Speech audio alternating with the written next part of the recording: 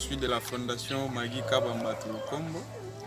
La fondation, comme si elle est animée de bonne foi, d'aider les orphelins, les veuves, les personnes démunies, les personnes les plus vulnérables. Nous avons eu les cas de la maman que vous allez découvrir tout à l'heure. Nous voulons vous la présenter. Et maman Mbote. Mbote papa. Comment Kombo la ngai maman Elisa. Maman Elisa. Toyoki sango na yo sango eza ndenge. Sango na ngai ezali bwana mwana kote l'hôpital. J'ai l'enfant qui était hospitalisé.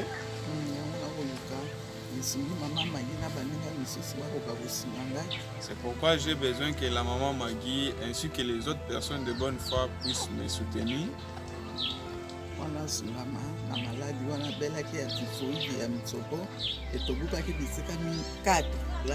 L'enfant a été opéré à cause de la maladie de typhoïde qui avait rongé les intestins. Ça avait quand même eu le temps d'être opéré. C'est pourquoi je suis en train de demander aux personnes de bonne foi de nous aider afin que l'enfant puisse encore être opéré pour la deuxième fois, afin que les intestins puissent encore retourner dans leur place.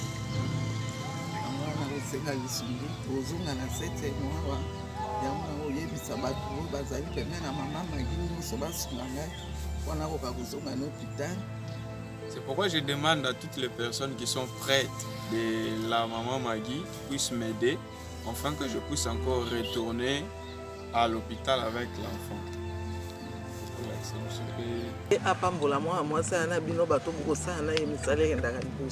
Vraiment, je suis tellement émotionné, je ne peux pas manquer à dire. Avec ce que la maman Magui fait, c'est tellement intéressant. Avec les gens que vous travaillez avec, c'est vraiment intéressant pour moi.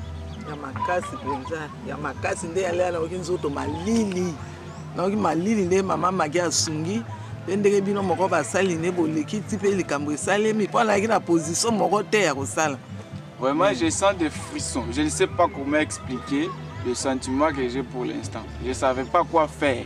Et voilà, vous êtes là descendu avec la solution pour moi. C'est quelque chose de très important. Ça n'est venu au moment opportun, au moment demandé, au moment voulu voir même.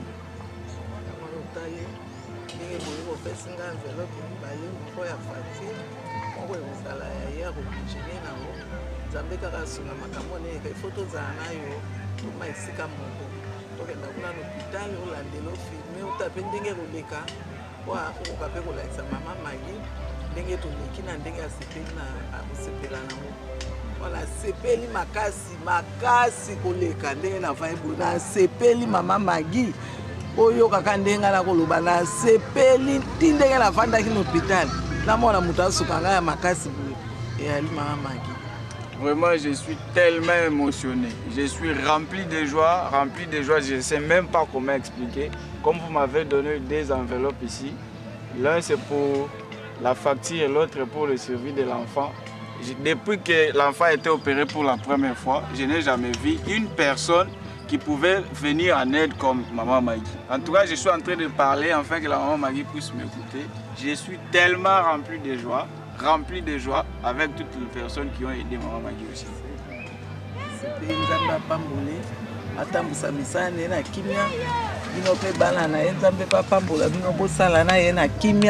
En tout cas,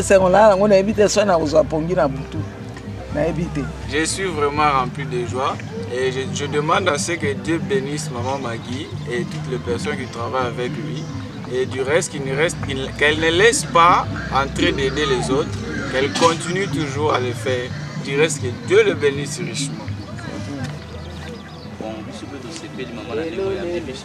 Nous sommes aussi remplis de gens comme vous nous avez accueillis également. J'espère que comme on a des arrêts pour la situation a été opéré la tinga bobima tozala wana donc jour yo linga bima tozala wana on espère ça ne sera pas pour la énième des fois. On va venir encore une fois de plus. On va suivre de près l'enfant, même quand il va être à l'hôpital, même quand il va sortir, nous serons là. Merci à Ming, merci Peri Penza. En tout cas, je suis tellement rempli de joie et puis je demande merci. Vas-y.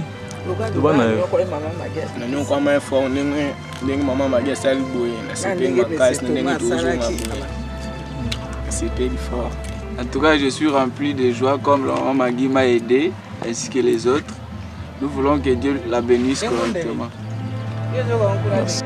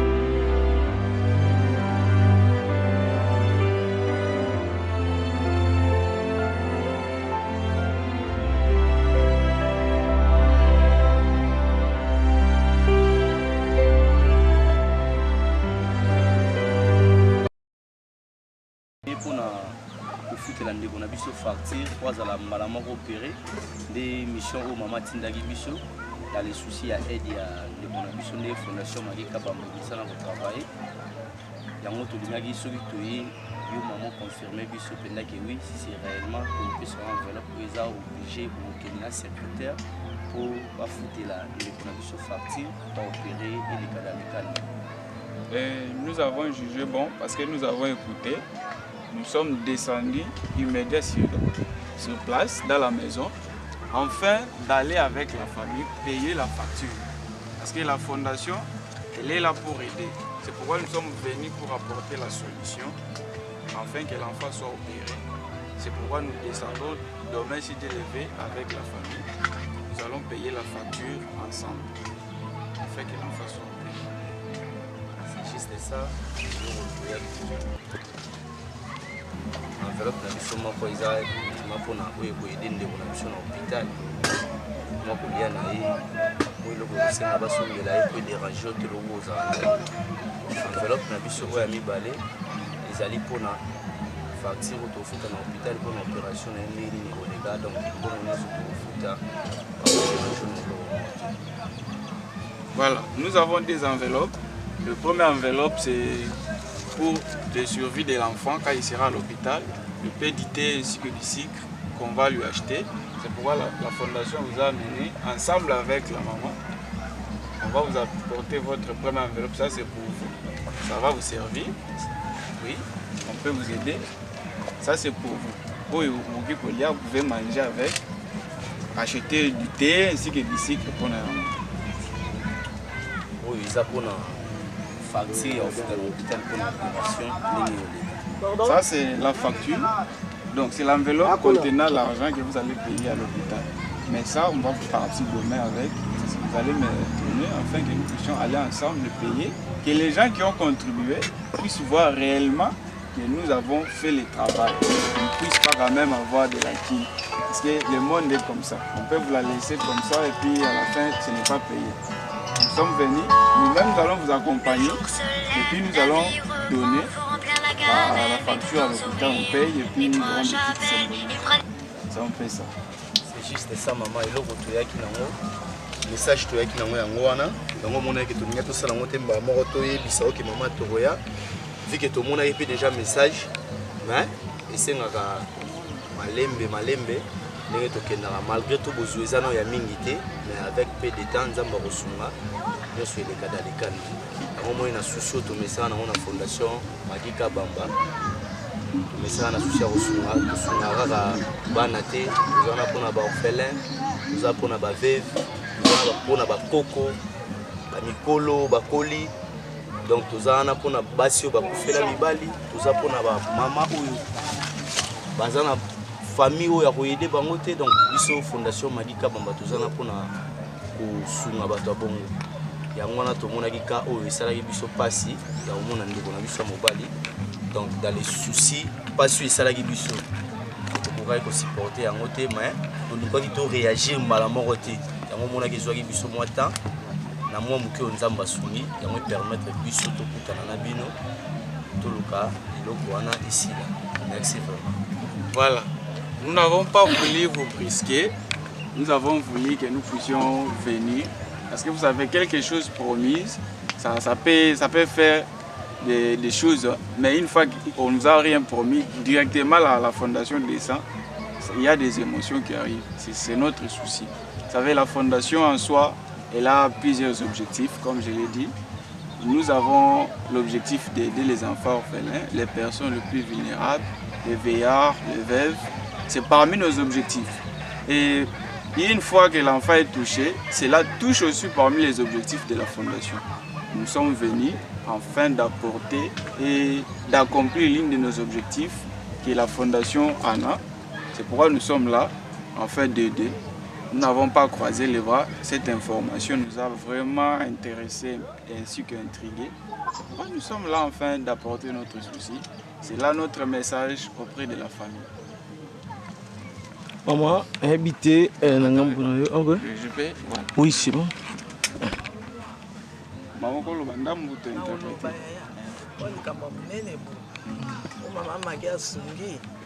En tout cas, Nzambe apambola mwasi na bino bato bokosala na ye misala ekendaka liboso.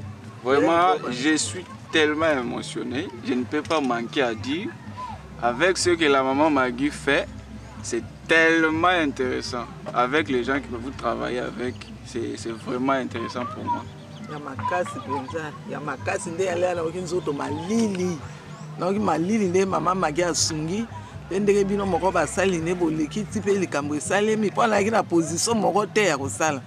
Vraiment, je sens des frissons. Je ne sais pas comment expliquer le sentiment que j'ai pour l'instant. Je ne savais pas quoi faire. Et voilà, vous êtes là descendu avec la solution pour moi. C'est quelque chose de très important. Ça n'est venu au moment opportun, au moment demandé, au moment voulu voir même.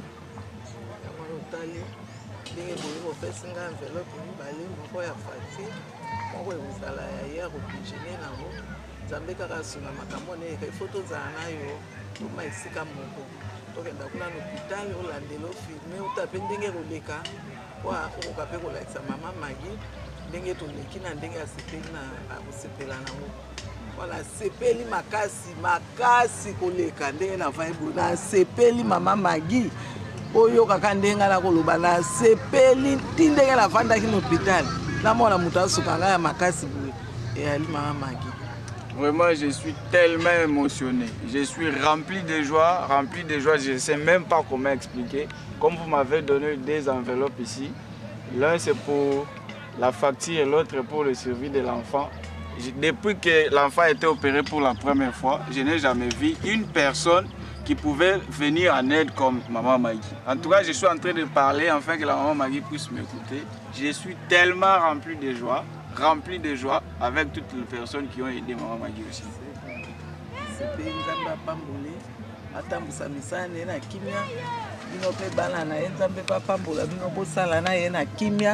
En tout cas, c'est là on a évité ça na uzapongi na butu.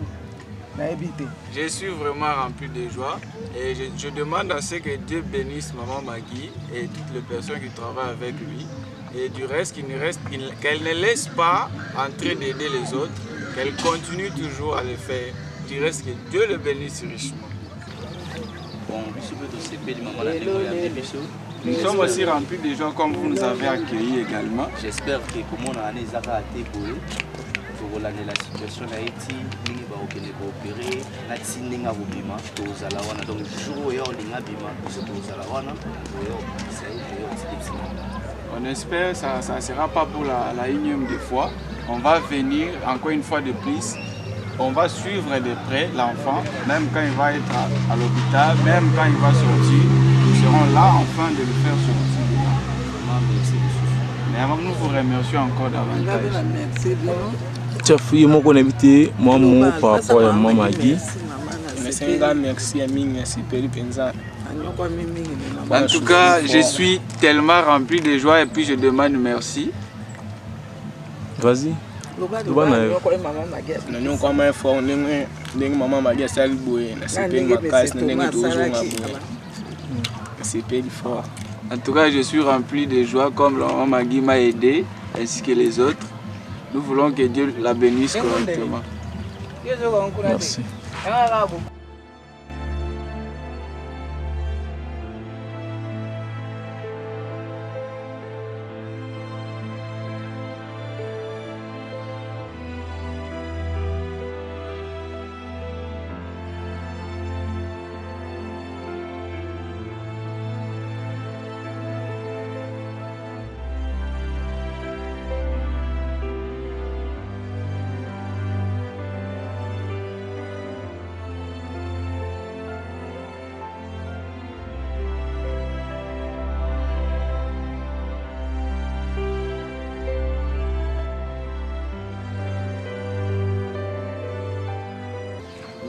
Nous avons descendu sur le terrain, chose promise, chose réalisée.